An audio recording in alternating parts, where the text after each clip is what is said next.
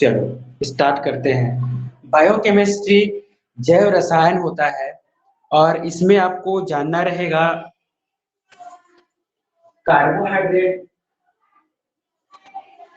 Protein, carbohydrate और fats के बारे में, फैट्स और विटामिन के बारे में। ठीक है, विटामिन और एंजाइम के बारे में। ठीक है, एंजाइम इतने बारे में आप लोग समझोगे डिटेल तब हो जाता है बायोकेमिस्ट्री। ठीक है, प्रोटीन देखो ये हम फिजियोलॉजी में लेते हैं, प्रोटीन ये स्टार्टिंग है।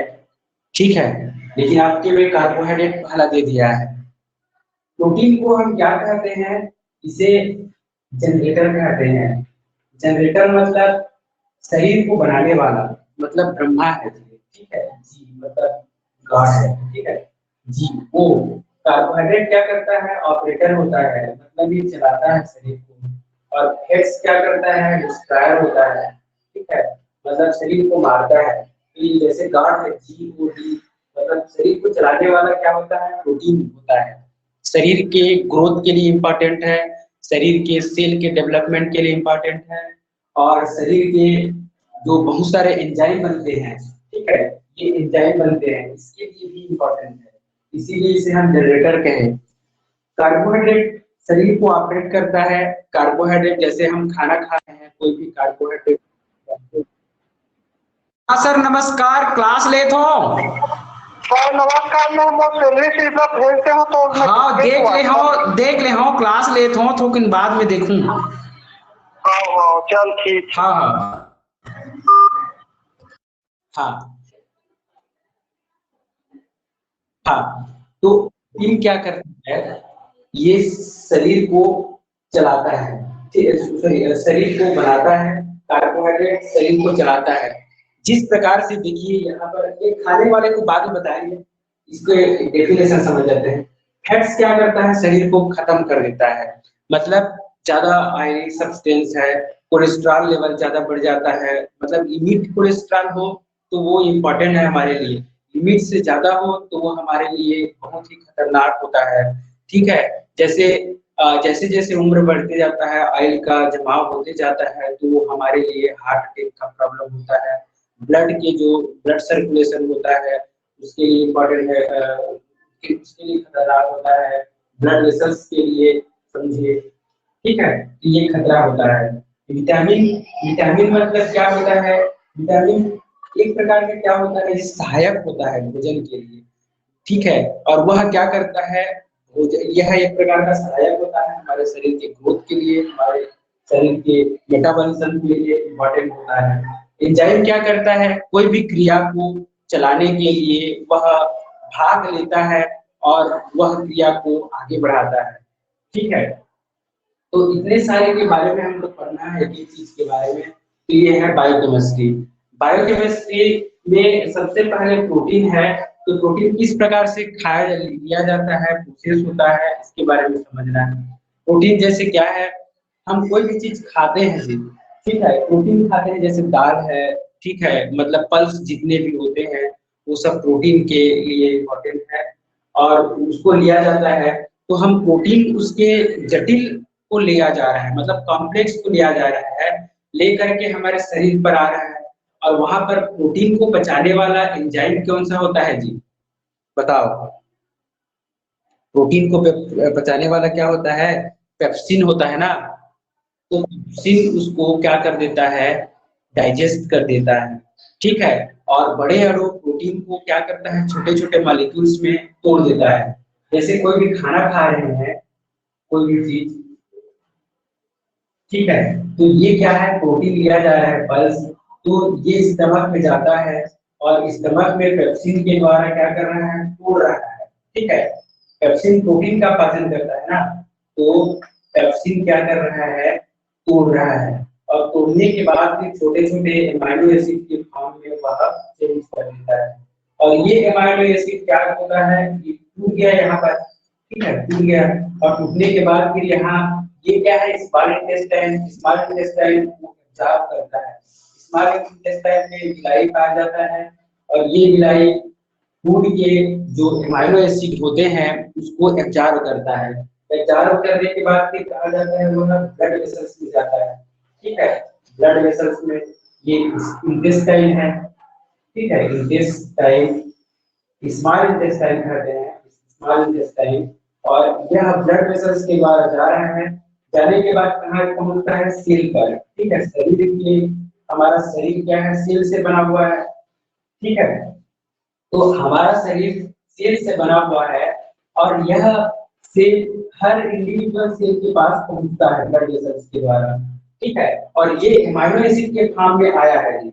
और ये एमाइनो एसिड के फॉर्म में आता है और जब कभी क्या होता है, प्रोटीन का सिंथेसिस करना होता है, तो प्रोटीन के सिंथेसिस के समय पर क्या होता है, छोटे छोटे हर एमाइनो एसिड पैसिव है, पैसिव है।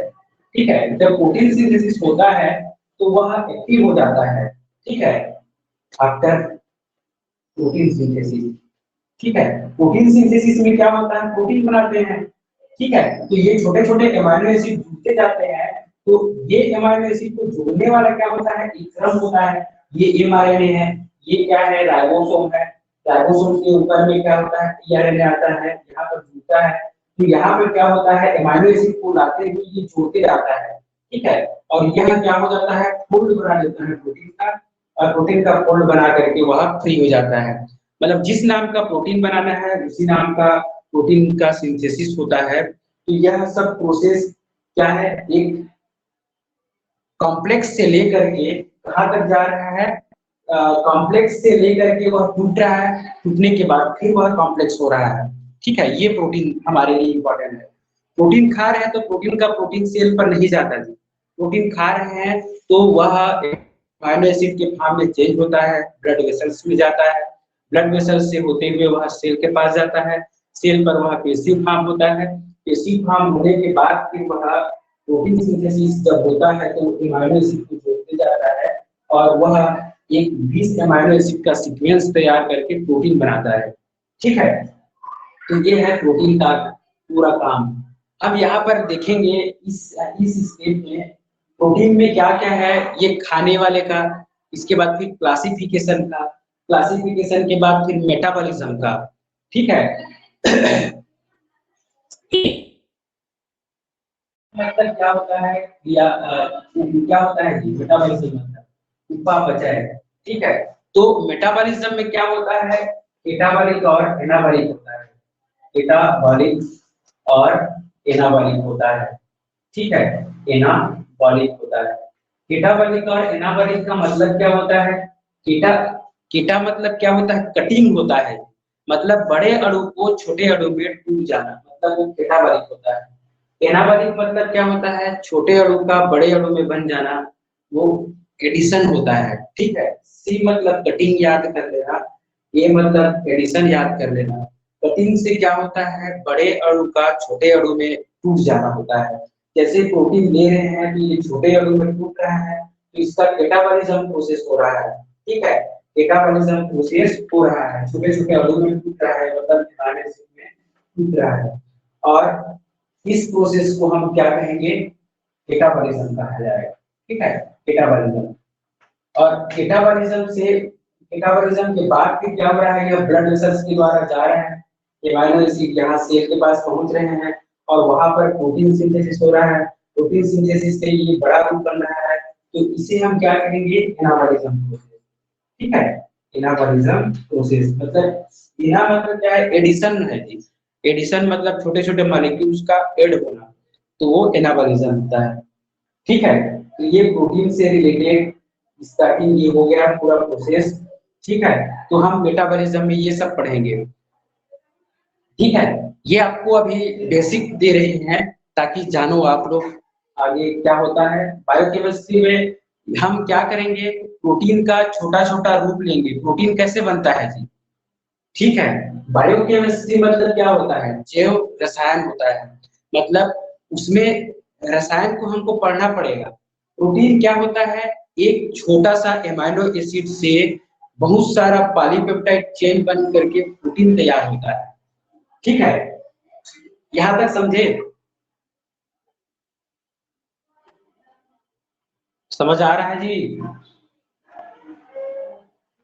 देखो, आप लोग ऐड होकर के साइड मत होना जी, ऐड ही मत होइए, इससे अच्छा ऐड ही मत होइए, मतलब फॉर्मेलिटी टाइप का ऐड होकर के साइड हो जाना अच्छा नहीं है जी। ठीक है? ठीक है ना सर? हाँ हाँ, तो क्या होता है ये सब, तो हम अभी आपको बेसिक बता रहे हैं। अब देखिए प्रोटीन कैसे तैयार होता है, हम बायोकेमिस्ट्री में ले जाएंगे। ये तो प्रोटीन खाए और उसके बाद फिर मेटाबॉलिज्म हुआ, एनाबॉलिज्म हुआ, ये प्रोसेस है। एमाइनो एसिड में क्या होता है एक और समझिए आगे, और हम डिटेल बताएंगे इसमें स्टेप वाइज। एमाइनो एसिड मतलब क्या होता है, ये कार्बन होता है, और यहाँ पर क्या क्या जुड़ेगा, यहाँ पर आर ग्रुप है, यहाँ पर सी है।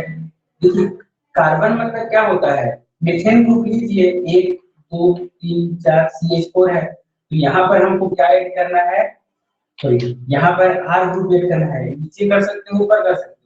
यहाँ पर क्या ग्रुप होता है, कार्बोक्सिलिक ग्रुप ऐड होता है, और यहाँ पर एमीन ग्रुप ऐड होता है, NH2। तो ये क्या है, एमाइनो एसिड है। क्या है, एमिनो एसिड है। ठीक है?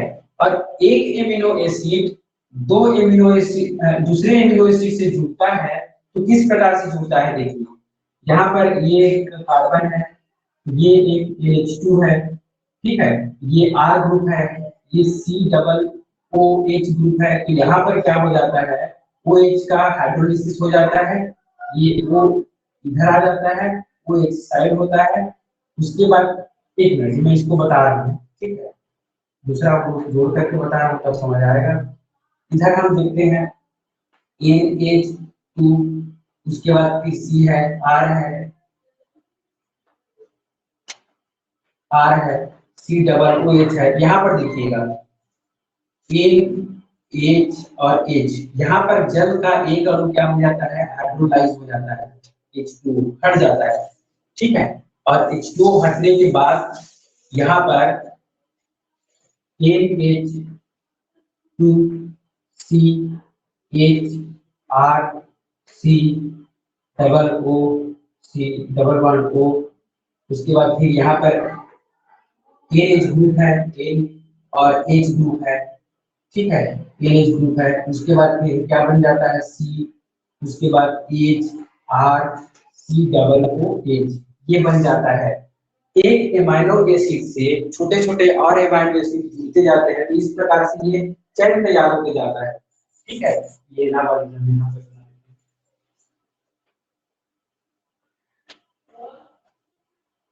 ठीक है, ये क्या है, एक एमाइनो एसिड दूसरे एमाइनो एसिड के बीच जो जुड़ता है, बॉन्ड होता है, इसे हम क्या कहते हैं, पेप्टाइड बॉन्ड। आप पढ़े हैं कभी, पेप्टाइड बॉन्ड क्या है, कहने पर आपको समझ आता होगा कि पेप्टाइड बॉन्ड एक एमाइनो एसिड से दूसरे एमाइनो एसिड के साथ जुड़ता है, तो उस बीच में जो एक बॉन्ड तैयार होता है उसे हम पेप्टाइड बॉन्ड कहते हैं।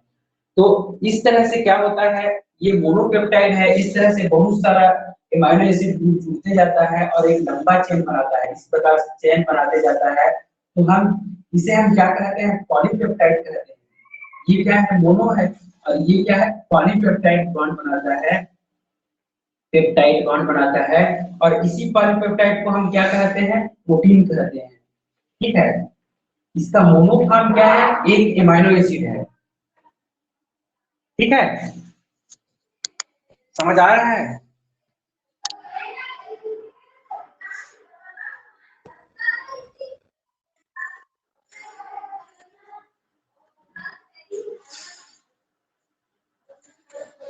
हाँ, अब इस मोनोफॉर्म से पॉलीपेप्टाइड बन गया, तो ये है इसका केमिस्ट्री। उसके बाद में हम प्रोटीन के बारे में ये पढ़ेंगे, मेटाबॉलिज्म के बारे में, एमिनेशन और डीएमिनेशन की क्रिया पढ़ेंगे। ठीक है, ये सब आपको समझ आना चाहिए क्योंकि ये बेस है। ठीक है, प्रोटीन के बारे में अभी पढ़ रहे हैं ना, तो अभी इसको राइट लगा देते हैं। थोड़ा सा प्रोटीन के बारे में बैकग्राउंड हो गया, इसके बाद फिर और आपको दिक्कत नहीं होगा जी। प्रोटीन अलग अलग प्रकार का होता है, ठीक है। इसके क्लासिफिकेशन के बारे में भी डिटेल देखेंगे। आगे देखते हैं कार्बोहाइड्रेट का। कार्बोहाइड्रेट क्या होता है, यहां तक समझे प्रोटीन के बारे में।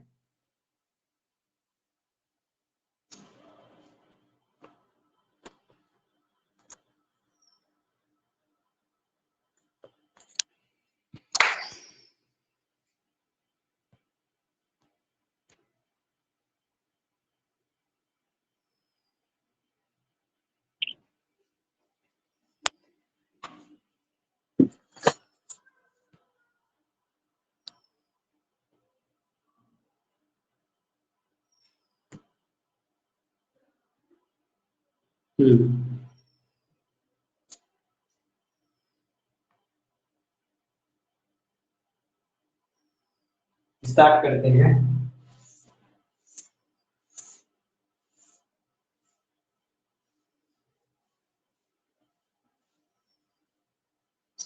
ये है सिंपल फॉर्म प्रोटीन, इसका डिटेल और हम पढ़ेंगे एलिमिनेशन, डीएलिमिनेशन क्रिया।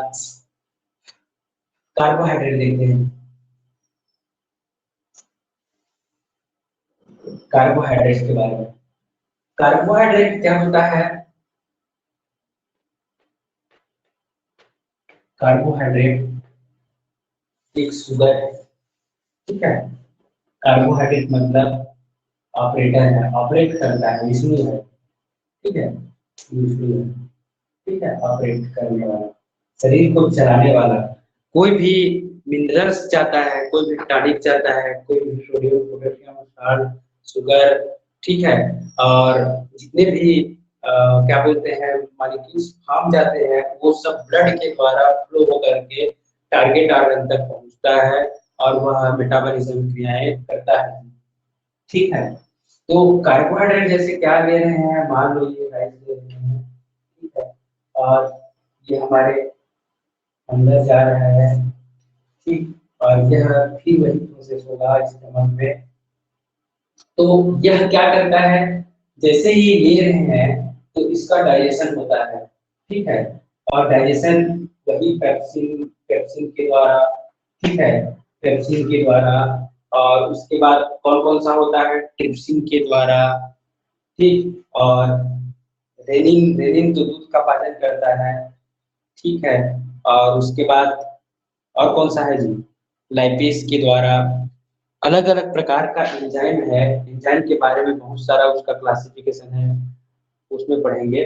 तो एंजाइम के द्वारा पाचन होता है, मैं इसको बताया। पाचन होने के बाद फिर वह भी इंटेस्टाइन में एब्जॉर्ब होता है। इंटेस्टाइन, ये इंटेस्टाइन है, ठीक है, इंटेस्टाइन, इंटेस्टाइन से वह कहाँ चला गया, ब्लड वेसल्स में, ये है ब्लड वेसल्स, और ब्लड ये एब्जॉर्ब होकर के ब्लड वेसल्स में फ्लो हो रहा है, ब्लड बन गया, ठीक है। और उसके बाद यह कहा जाता है ब्लड वेसल्स में फ्लो होके जाता है, ठीक है। और ये एब्जॉर्ब होता है, यहाँ पर इसका एब्जॉर्ब हो रहा है, डाइजेशन हो रहा है, कौन सा है जी, ये कार्बोहाइड्रेट है। कार्बोहाइड्रेट ये छोटे छोटे टुकड़ों में टूटता है, और टूटने के बाद फिर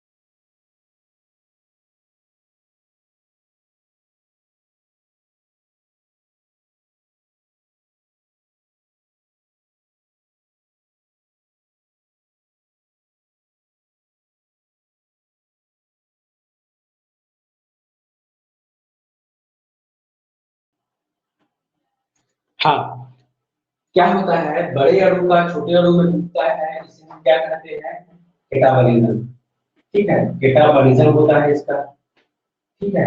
और केटाबॉलिज्म से क्या हो रहा है, वह केटाबॉलिज्म हो रहा है,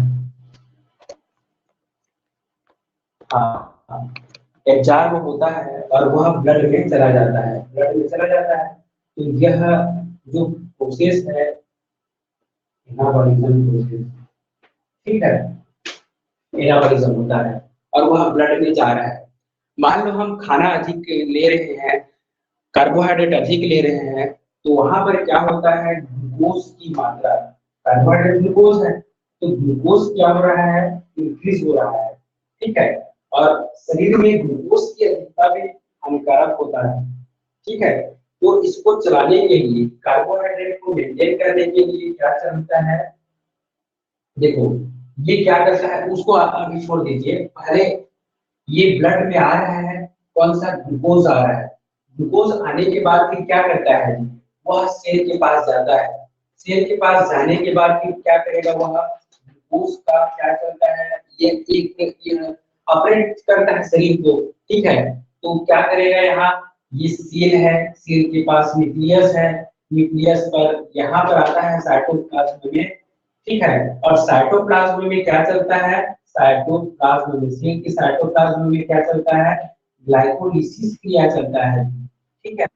ग्लाइकोलिसिस क्रिया चलता है, ठीक है। और ग्लाइकोलिसिस क्रिया क्या होता है, ये जो बने हुए ग्लूकोज है, ब्लड में क्या है, ग्लूकोज है, तो बने हुए जो ग्लूकोज है तो उसको क्या करता है, साइटोप्लाज्म में प्रोसेस चलता है ग्लाइकोलिसिस, वह ग्लूकोज का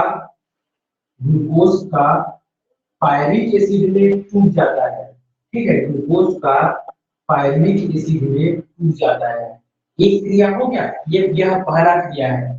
क्योंकि शरीर हम खाना खा रहे हैं तो वह ब्लड डाइजेस्ट हो रहा है, डाइजेस्ट के बाद वह ब्लड बन रहा है, ब्लड में ग्लूकोज बन रहा है, ग्लूकोज से वह सेल के पास जा रहा है, सेल के पास जाने के बाद फिर वह ग्लाइकोलिसिस क्रिया अपना रहा है, ग्लाइकोलिसिस क्रिया में ग्लूकोज को पायरिक एसिड से तोड़ रहा है, तोड़ने के बाद क्या करता है, ये पायरिक एसिड क्या करता है, माइटोकॉन्ड्रिया, सेल के पास क्या रहता है, माइटोकॉन्ड्रिया रहता है, ये एक माइटोकॉन्ड्रिया है, ठीक है। माइटोकॉन्ड्रिया, सेल के अंदर माइटोकॉन्ड्रिया होता है, तो वो माइटोकॉन्ड्रिया में ये ट्रांसफर हो जाता है। माइटोकॉन्ड्रिया में क्या होता है, माइटोकॉन्ड्रिया पर क्रेब्स साइकिल चलता है, ठीक है, क्रेब्स साइकिल। और क्रेब्स साइकिल चलने के बाद फिर क्या होता है, वह माइटोकॉन्ड्रिया पर क्या होता है, यहाँ पर F1 होता है, क्रेब्स साइकिल चलता है, क्रेब्स साइकिल। और माइटोकॉन्ड्रिया में क्या होता है, F1 पार्टिकल होता है, ठीक है, F1 होता है। और इस F1 पर क्या चलता है, इस F1 पर इलेक्ट्रॉन ट्रांसपोर्ट सिस्टम या फिर इलेक्ट्रॉन ट्रांसपोर्ट चैन चलता है, और तब जाकर के क्या होता है, इसका ऑक्सीडेशन होता है और वह एनर्जी बनता है, ठीक है। ये यहाँ पर क्या बनता है, एटीपी के फॉर्म बनता है, ठीक है, एटीपी का, एटीपी बनता है, एटीपी बनता है। और यहाँ पर क्या होता है, सेलुलर रेस्पिरेशन होता है, सेलुलर रेस्पिरेशन होता है, ठीक है, समझ रहे हो, ये सब कहानी है जी इसका, ये सब प्रोसेस चलता है। कार्बोहाइड्रेट कोई भी खा रहे हैं फूड को, कार्बोहाइड्रेट ले रहे हैं, वो स्टमक पर जा रहा है, डाइजेस्ट हो रहा है, टूट रहा है, टूटने के बाद यहाँ एब्जॉर्ब हो रहा है, एब्जॉर्ब होने के बाद ब्लड में जा रहा है, ब्लड में जाने के बाद फिर सेल के पास जाता है, सेल के साइटोप्लाज्म पर ग्लाइकोलिसिस होता है, ग्लाइकोलिसिस होने के बाद फिर ग्लाइकोलिसिस में क्या होता है, ग्लूकोज का पायरिक एसिड में टूटता है, पायरिक एसिड से क्रेब्स साइकिल चलता है, तो पायरिक एसिड का क्या होता है, पायरिक एसिड का ये साइकिल चलता है ऑक्सिडो एसिटिक एसिड, ऑक्सिडो एसिटिक एसिड, ठीक है। और यहाँ पर क्या होता है, 38 एटीपी एनर्जी बनता है, और उसके बाद फिर यहाँ से जो बना हुआ इलेक्ट्रॉन रहता है, इलेक्ट्रॉन ट्रांसपोर्ट चैन में जाता है, करना रहता है जी इलेक्ट्रॉन को, ठीक है, एटीपी बनाने के लिए जाएगा। ये देखो 38 एटीपी अभी नहीं बना है कंप्लीट, ठीक है, 38 एटीपी क्या है, इनकम्प्लीट है, इसको कंप्लीट बनने के लिए माइटोकॉन्ड्रिया के F1 पार्टिकल के पास जाना पड़ता है, और ETS के द्वारा एटीपी से एटीपी बनाता है, तो तब जाकर के शरीर में एनर्जी बनता है, हम एक्टिविटी कर रहे हैं इस प्रकार से, ठीक है। वही ग्लूकोज से हम हमारे ब्लड में जा रहा है, ब्लड में ग्लूकोज खत्म हो गया बोलते हैं, तो सेल की एक्टिविटी खत्म हो जाता है। ठीक है, तो ये है कार्बोहाइड्रेट का सब प्रोसेस। अब देखिए यहाँ पर क्या क्या कंडीशन आता है। कंडीशन ये है कि जब हम खाना खाते जा रहे हैं, ये सेल मेंटेनेंस कर रहा है, इससे और अधिक ब्लड में ग्लूकोज हो गया। ठीक है, इससे और अधिक क्या हो गया, ब्लड में ग्लूकोज हो गया, इंक्रीज हो गया। तो यहाँ पर अधिक होता है तो उसको क्या करता है, हमारा शरीर का जो सिस्टम है क्या करता है, ये स्टमक के इसमें स्मॉल इंटेस्टाइन के पास पर क्या रहता है, पेनक्रियास रहता है। समझ रहे हो ना, पेनक्रियास रहता है, पेनक्रियास ग्लैंड। ठीक है, तो अग्नाशय कहते हैं उसको। तो पेनक्रियास क्या करता है, पेनक्रियास पर प्रेजेंट अल्फा सेल और बीटा सेल होता है। पेनक्रियास पर प्रेजेंट अल्फा सेल और बीटा सेल होता है। अल्फा सेल क्या कर, अल्फा सेल से क्या निकलता है, ग्लूकागॉन। ठीक है, और बीटा सेल इंसुलिन निकलता है, इंसुलिन। तो ब्लड में जो बढ़े हुए ग्लूकोज की मात्रा रहता है, क्वांटिटी रहता है, तो उसको इंसुलिन क्या करता है, इंसुलिन यहाँ पर काम करता है इस ग्लूकोज पर। ब्लड में उपस्थित ग्लूकोज है, तो ग्लूकोज को क्या कर देता है, चेंज कर देता है, ग्लूकोज को ग्लाइकोजन में चेंज कर देता है।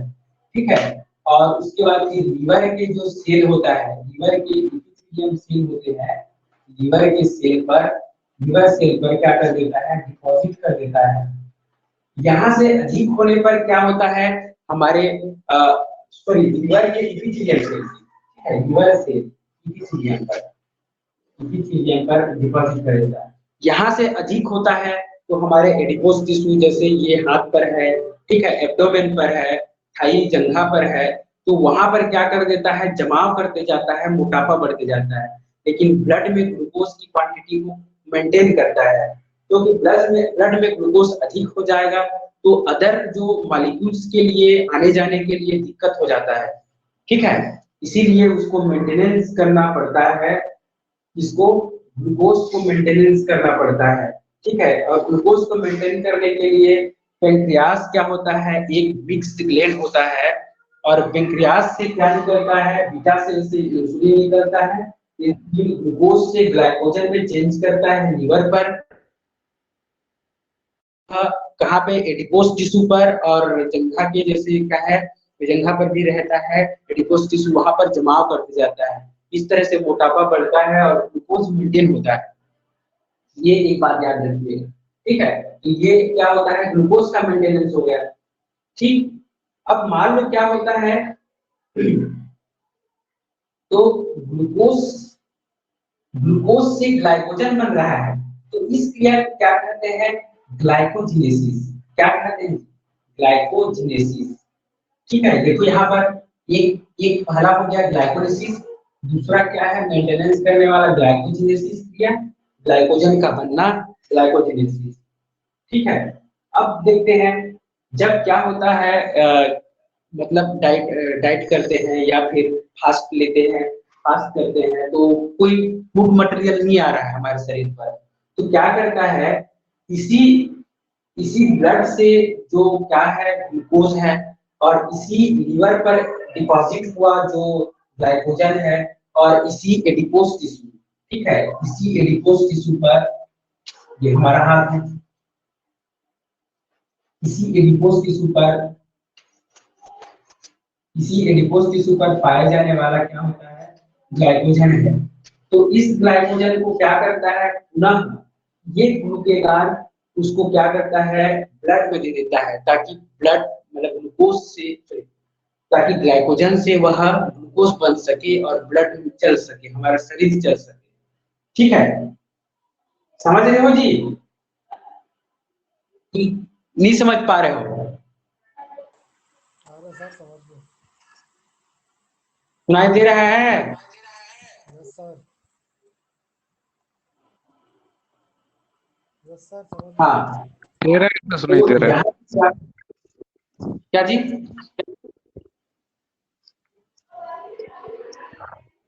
क्या बोल रहे हैं, क्या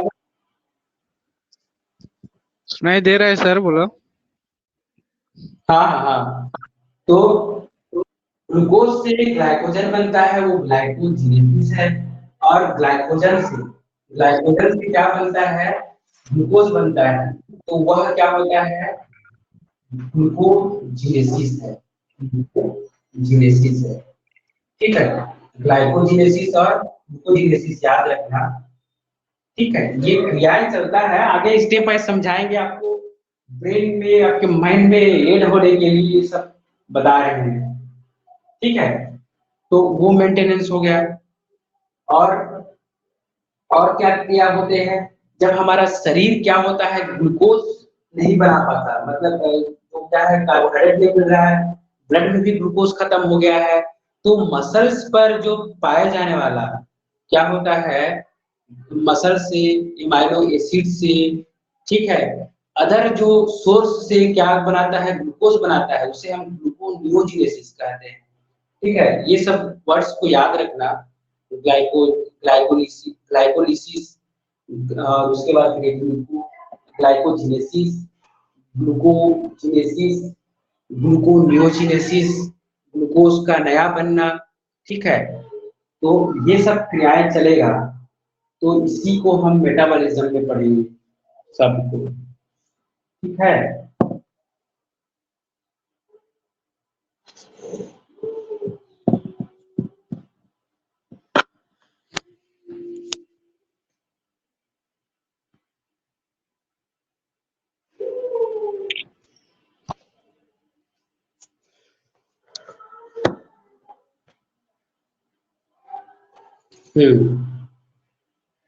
ठीक है, आज का क्लास यहाँ तक रखते हैं, अगला क्लास और है एमएससी का, ठीक है। यहाँ तक रखते हैं जी। हाँ, ठीक है सर। आपको एक बार और मैं होगा, तो वहाँ पर रिकॉर्डिंग हो रहा है, वहाँ